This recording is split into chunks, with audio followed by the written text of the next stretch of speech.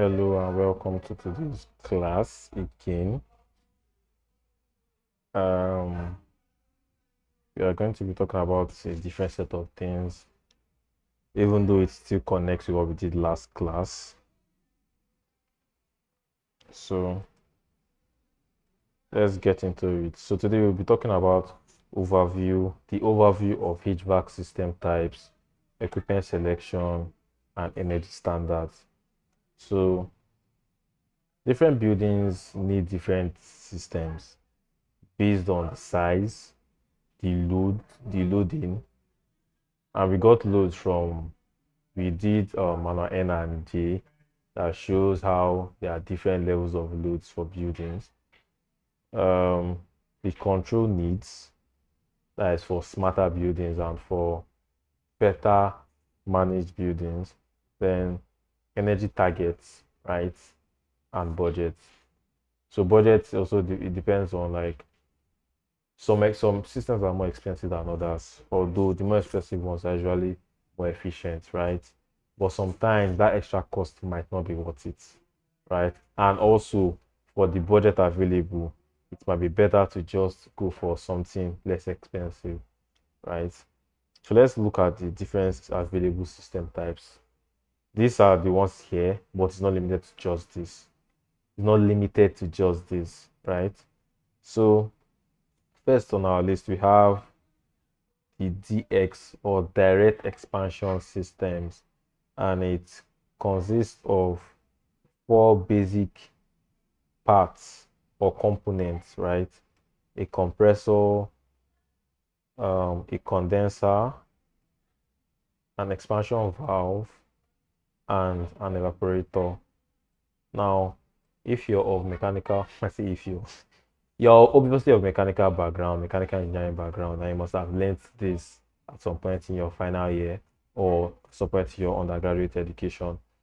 And this is like basically what it looks like, right? So the condenser interacts with outside. It is where heat is rejected, yeah.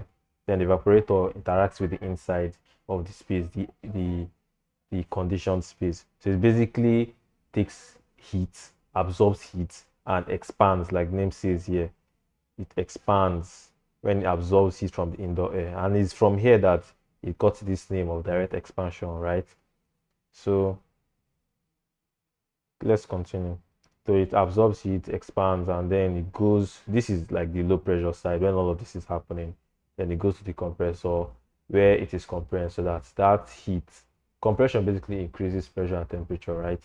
So the whole point of this compression is so that it can absorb more, can have more heat to be released, right? Because the amount of heat it absorbs here, it's not a lot per se, such that if we send it here, it will not lose much. It's not very different, not very far from the ambient temperature of outside. And you know that one of the factors of heat transfer is temperature difference, right? So what the compressor does is that it increases the pressure and temperature so that it now amplifies that heat that was absorbed here so that it is so high that when it comes to the condenser and it's releasing the heat, it releases a lot of heat, right? So as it releases that, it's still like down, it now brings it down, brings down the pressure and temperature, right? And then at this point, like at this side, is high pressure, but the temperature has must have dropped a little. Yeah, it was vapor, yeah, and then by the time it gets here, it's liquid, but it's still high temperature, right? And then the expansion valve is what really cools down it throttles and cools down and reduces the pressure and all of that. So this is how a lot of this is like one of the basic ways or basic cycles that refrigeration or HVAC systems work with, right? Just the absorption of heat, the rejection of heat, then compression and expansion, right? So so it directly cools the space as opposed okay, the key characteristics of the DS system is that the refrigerant directly cools the space as opposed to using an intermediate medium. So directly cools the space, you can see it in the name, right? So we'll further talk about chilled water, right? And then some basic HVAC components that or HVAC equipment that we know include splits, Then we have package unit where it is together, and then rooftop unit. Package unit and rooftop unit are mostly alike. It's just that rooftop units are, are usually made to be able to be installed on a roof, right? So most times they just basically mean um, the air handler and the heat rejection part of the the cycle are together in one particular um, um, equipment, right? So let's moving on. So now these DX systems could either be ducted or ductless, right? And the only difference in ducted and ductless is that it basically has to do with like how the air is distributed, right? Moving on. Another type of system is the VRF, variable refrigerant flow, right? This is just basically a more advanced and modernized version of the DX. So it still works on that same compression and expansion and all the rest. But one key difference that makes this innovative is that it has variable speed compressors, right? And what this does is that it enables um okay, one thing I have mentioned sometime, but I'm not really dwelt on is mini split and multi split, right?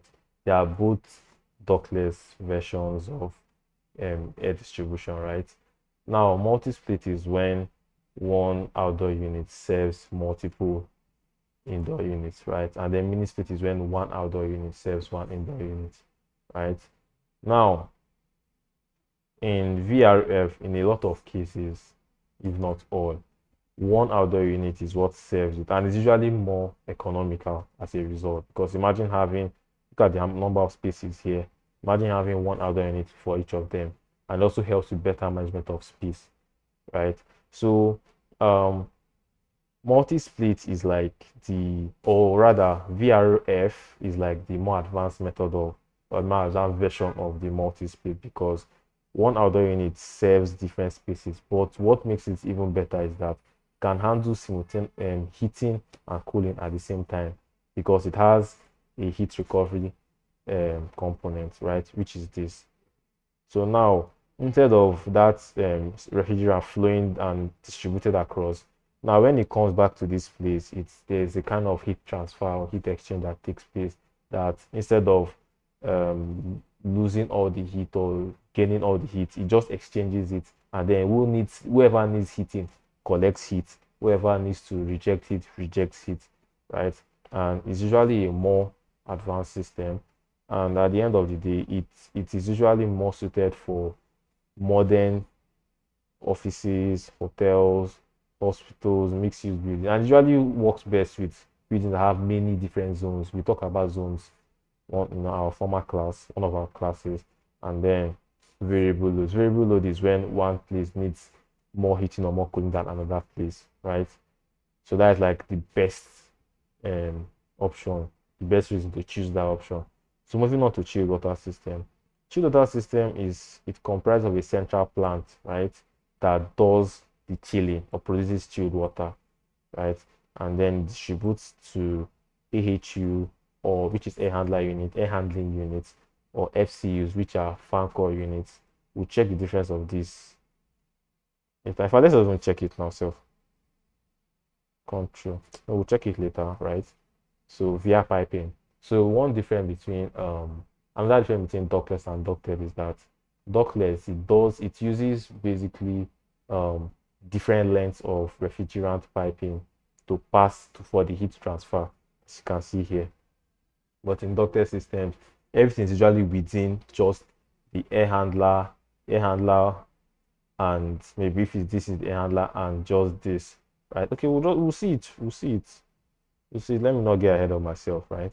So this is better for larger buildings, really large buildings, right? Like campuses, hospitals, malls, and it's not very common, right? If you've seen buildings that require this are buildings that have like a whole separate building or a whole separate housing for for the mechanical equipment because the equipment is actually very large, right? So this is like a schematic of what it looks like. Okay, what differentiates it from DX is scale and the fact that you use an intermediate or indirect medium for its heat transfer, right? So in the other case, in DX, it just basically goes to the condenser and then it releases to the atmosphere direct, right? For this one, it has to, assuming, let's say this is the refrigerant line, right? And this one mostly works with water. This works with water, right? So this is how, this is the direction, it flows like this. So it absorbs, this is the air handling unit, right? That handles the distribution of the air. This one mostly works with ducted unit, sure. So it's, this is where the heat transfer takes place, right? If it's heating or cooling, there's the heating coil. Okay, let's say cooling because this is chiller, right? A cooling coil that absorbs the heat from the space, and then that heat, that hot liquid now, because it absorbed it, is now goes to the chiller where it gets cooled, and by the time it comes back, it's cool, right? And then it repeats the process. So now indirect, or in the sense that it's not losing the heat here directly, it has to have like another cycle that handles the heat loss, right? So this is where the equipment for the chilling, the large chilling tower, and all of this comes into play. This is a simplified version, right? Because it usually has some more complex components. But this is basically what it works, how the the system works. So this is like a heat exchanger, right? So as this one is losing its heat to get cool, this one is collecting that heat and then it loses the heat outside, right? So that is the difference. So now ducted system. Ducted systems is basically like air distribution systems. That is just what differentiates it from ductless, right? And the systems are usually called central air conditioning because there's one location where there's a uh, air handler, a large air handler that pushes large volumes of air at a time, and then that air gets distributed to different locations or different registers in that um, network, right? Using a network of ducts to distribute the conditioned air, blah blah blah, right, to different zones. So this is an idea of what it looks like. So this is the large system. So you can see that this handles the air, right? And then that's why it's called air handler, because it handles the air. It has the fan that pushes out that air, and then it cools, conditions the air as the case may be. Why there's usually a separate system which might be together with it in the case of a package system, or separate outside that releases the heat to the outdoors, right? So, and then so this pushes the air into the main duct and then it distributes it to different branches. You can see different branches, main ducts, you can see supply, flexible ducts, right? And then you also have a return line too. So moving on, you also have, okay, you also have this another type of ducting system where instead of it's being branched out like this, everything all comes out from one unit, right? This is like one large air handling unit, and then the ducts are plenty coming out of it. So there are types of different types of routing your ducts, right? So, and then you also have the outdoor units. This one has to be placed outdoor because the heat that rejected to the outdoors, right? So moving on, we also have ductless. Let's talk a little bit more about ductless systems. So as opposed to ducted, where the air is what does the moving, and then you just see that there's just one simple line of refrigerant where has a continuous cycle between the indoor and outdoor. In ductless, it's a bit different because in this case now one outdoor unit is handling it, but there could be cases where it is one to each, right? So these are different types of, okay, let's read it here. So mini splits, right? Yeah, Control Z. Mini splits use individual indoor units rather, and it could be mounted on the wall, on the ceiling, right? And then this is one that is mounted on the ceiling. This is on the ceiling. This type is mounted on the wall. So there are different types, right? And then they are connected to an outdoor unit in the case of a multi-split, or individual outdoor unit in the case of mini splits, and it without requiring extensive duct work, right? But the thing is that as you are saving on duct work, you are also going to spend a lot on, or you're going to use a lot of refrigerant lines, right? Because that's how the heat transfer takes place, right? So it usually has a lot of refrigerant lines, right? So let's just go on. So both ducted and ductless systems can be TX or chilled water based. Chilled water is in cases where there's large demand because it's usually a very large system. And then, but ducted system works best for open spaces, open plan offices, large auditoriums, cinemas, churches, wineries, right? So now let's look for reasons why we might select ducted systems or not. And most times in cases where the whatever is the pro of a ducted system is a con of a ductless. So now one of the pros is that it helps for easier filtration and IAQ, which is indoor air quality control, right? So we could have, or we would have like filters mounted, filters of different levels, different grades, right? And different sophistication.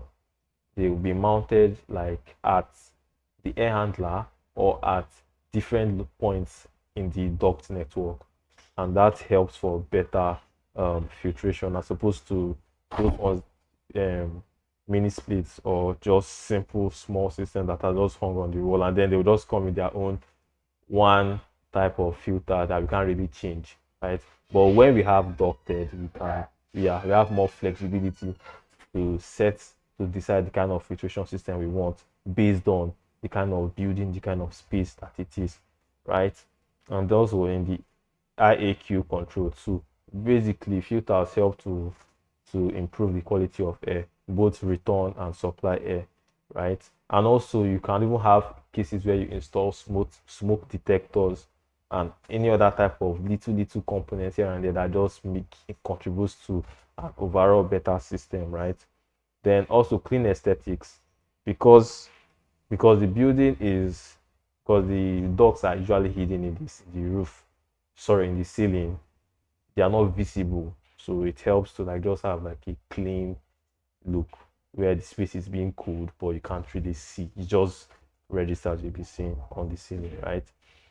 So as opposed to having like units being mounted on the ground or on the wall or in the ceiling, large units, right? So now for yes, so now for the cons of these ducted systems, now it brings about duct losses. So if you remember, there's a time we were, let me even look for it.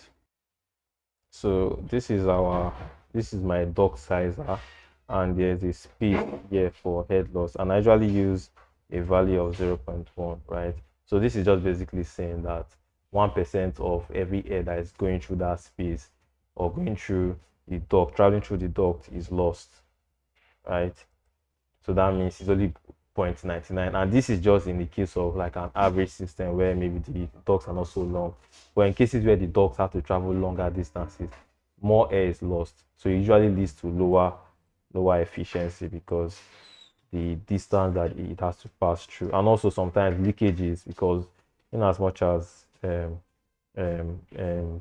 doors can be made to be airtight, it is usually more expensive to do that. And at the end of the day, you probably will not even achieve that airtight duct you're looking for, right? So whether you like it or not, duct losses will always be there, as opposed to air hand, the ones that are just hung in the room or in the space, the wall mounted or floor mounted mini splits that are just hung in that space, and then every air that's coming out comes right into the space. So there's no loss due to distance, right? Then you also have it requires ceiling of plenum space. So now this is like a whole new or a whole different aspect of your design, because you now have to like make your some cases you even have to design like the whole ceiling should be able to accommodate duct, right? And then usually comes with extra cost and extra controls and all of that. So it basically is what makes um um these are like disadvantages of ducted systems, right? So now talk about radiant system. This is not very common, but it's good that you know about it. So just an introduction about it, right? It basically involves heat transfer via floors, ceilings, or walls, and it could use chilled water or warm water, right? And then um you can see in this case that you see like tubes that are arranged in the floor. This is like the ceiling, or this is like a basement, right? Or a ground floor. And then this is like the location where the heating and cooling equipment is kept. And then the piping is connected out, right? And then usually called hydronic systems because it's usually water that runs through this pipe, either hot or cold water, right? And then as it's running through those pipes, it releases the heat through radiation, so to enter the space that the piping surrounds, right?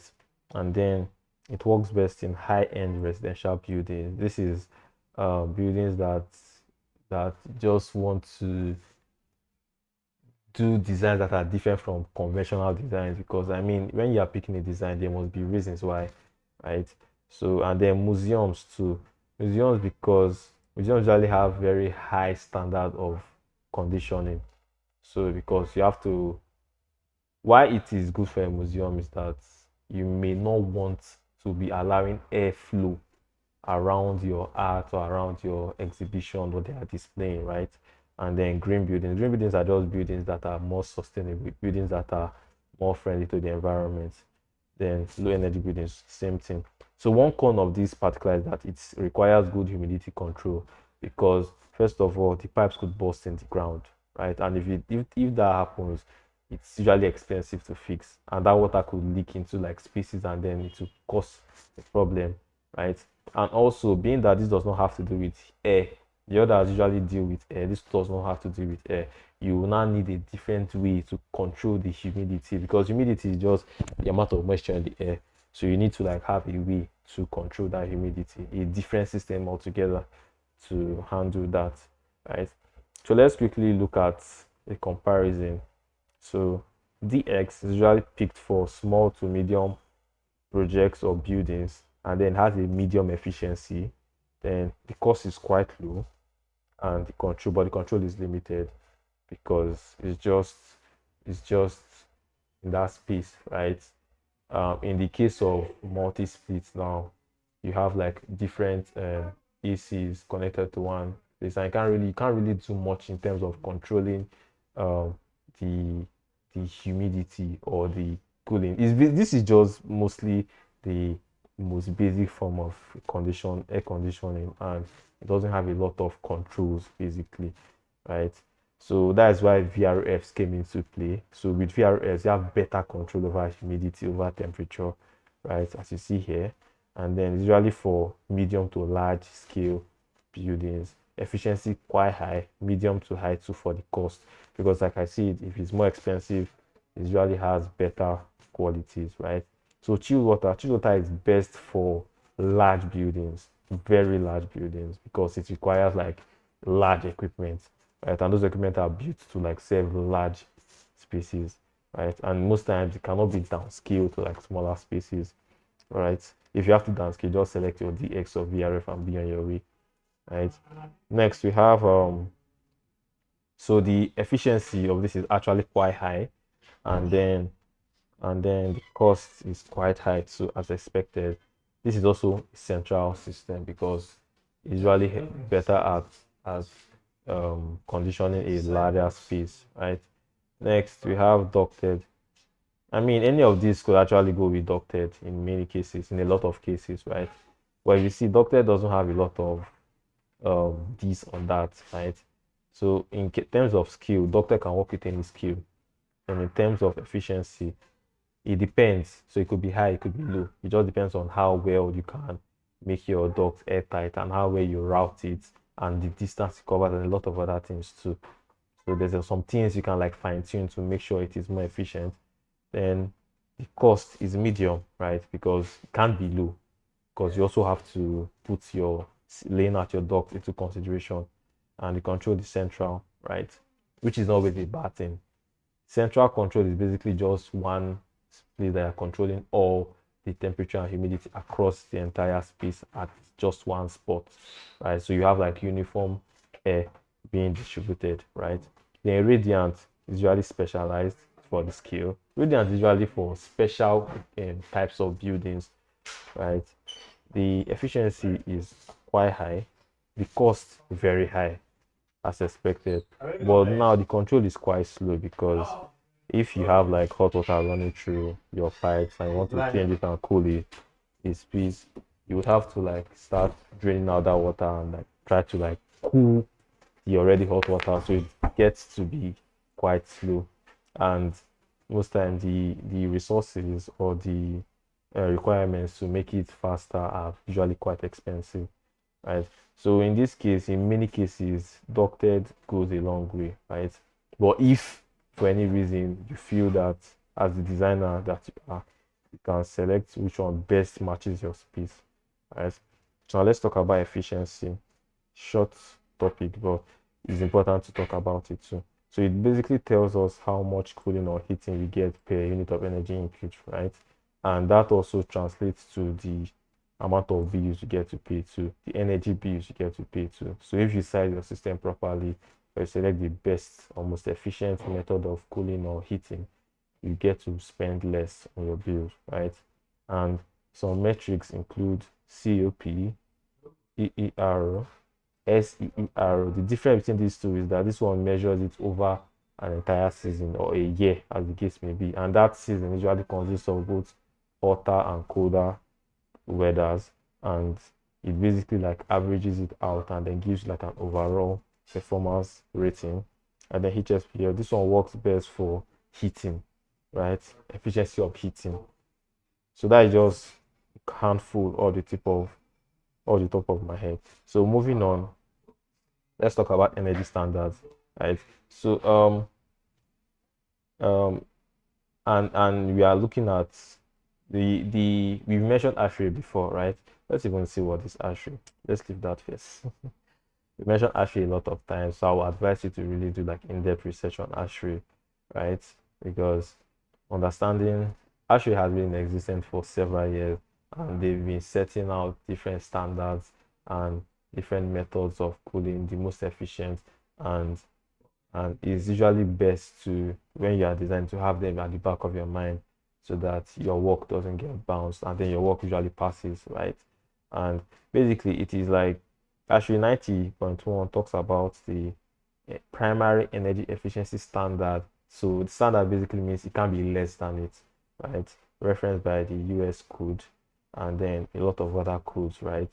Because US is usually a yardstick or a landmark. Landmark, no, yardstick is better to compare like proper designs and proper working systems, right?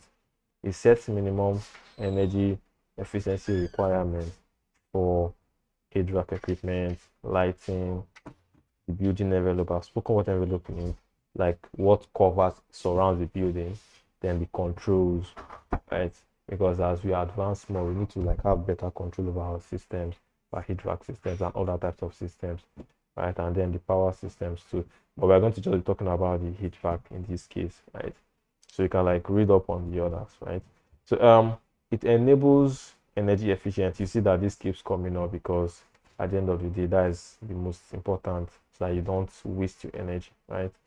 And then design, construction. It doesn't just stop at design, it also goes on to the construction and even the operation after the building is completed, how it is operated, and the maintenance, right, of the building or the sites, excluding low-rise residential. This particular category doesn't have a lot of strict standards, right?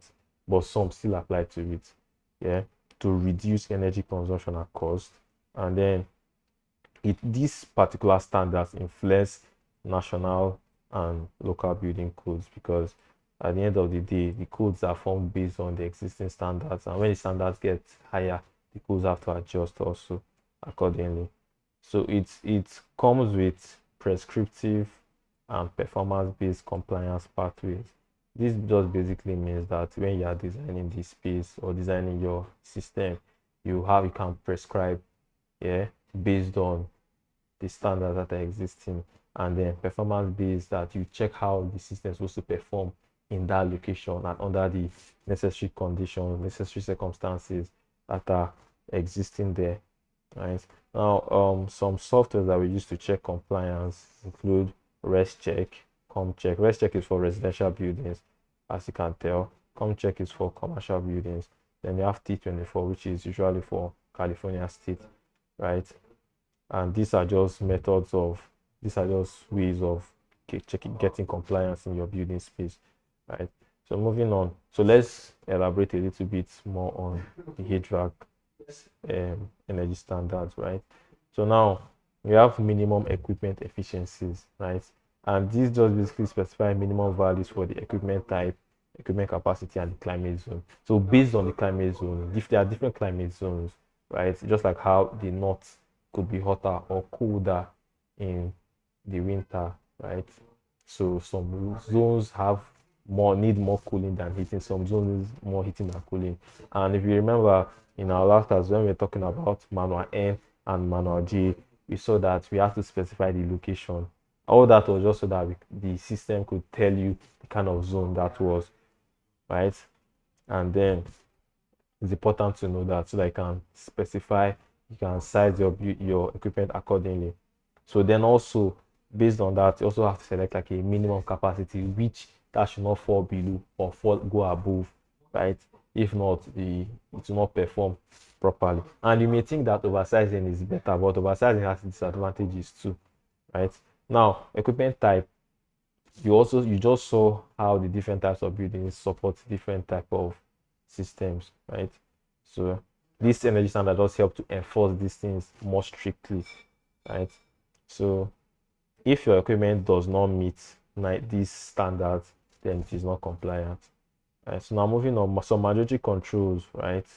So this just basically means that it requires some manual or automatic controls that optimize energy, right? Energy use without compromising functionality. So you have thermostatic zoning, which thermostat is um, an equipment or a device that helps to control the heating or cooling of a space.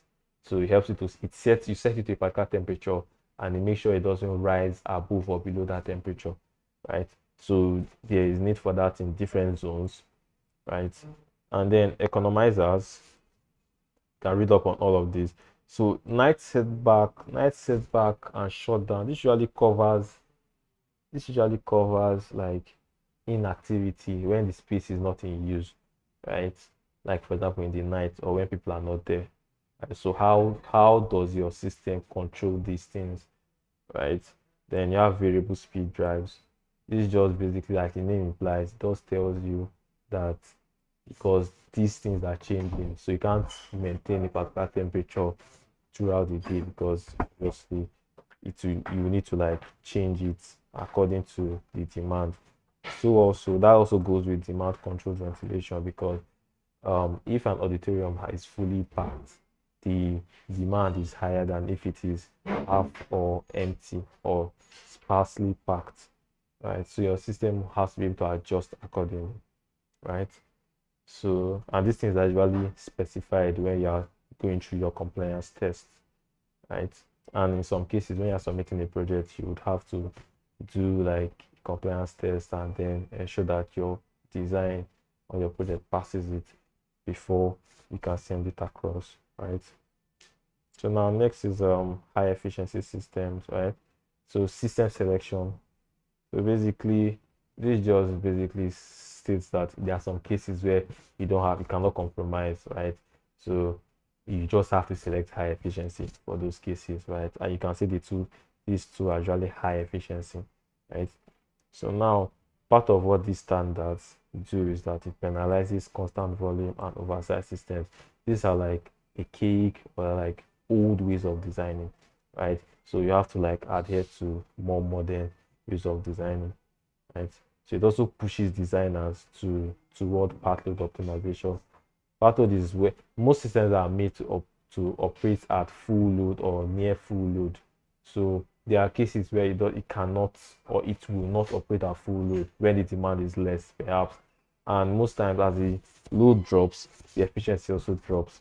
So it's important you understand how optimization works too, so that you can optimize your system. Just like how we had that heat exchanger that when it was heating this space and cooling this other space, it had to like make up for it. It had to compromise without losing. So that's what optimization has to do.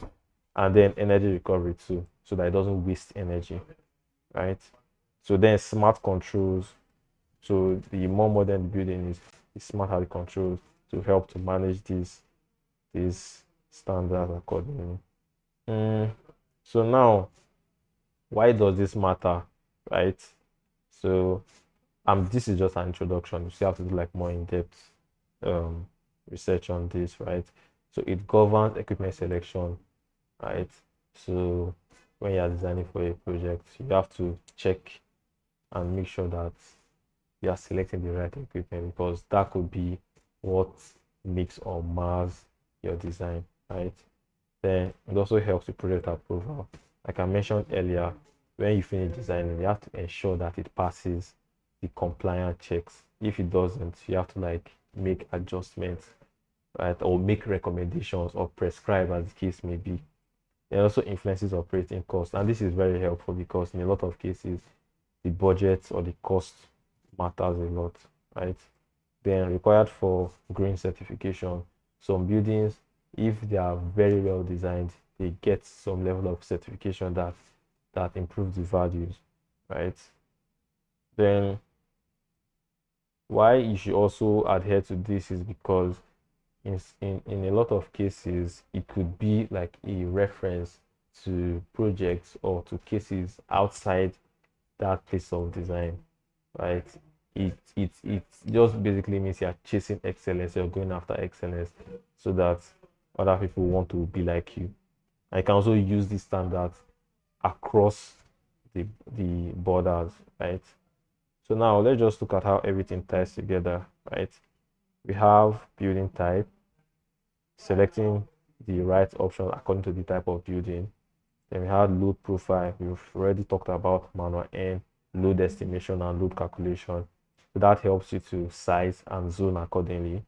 Then it also helps you to select the right system because of efficiency and flexibility. Then the right, this also, the efficiency which is measured in this helps to give you better operating costs, and then the standards too. So it sets minimum acceptable performance. So we just end this by saying good HVAC design or a good HVAC design is a combination of the system selection, the efficiency of that system, and ensuring that it passes compliance.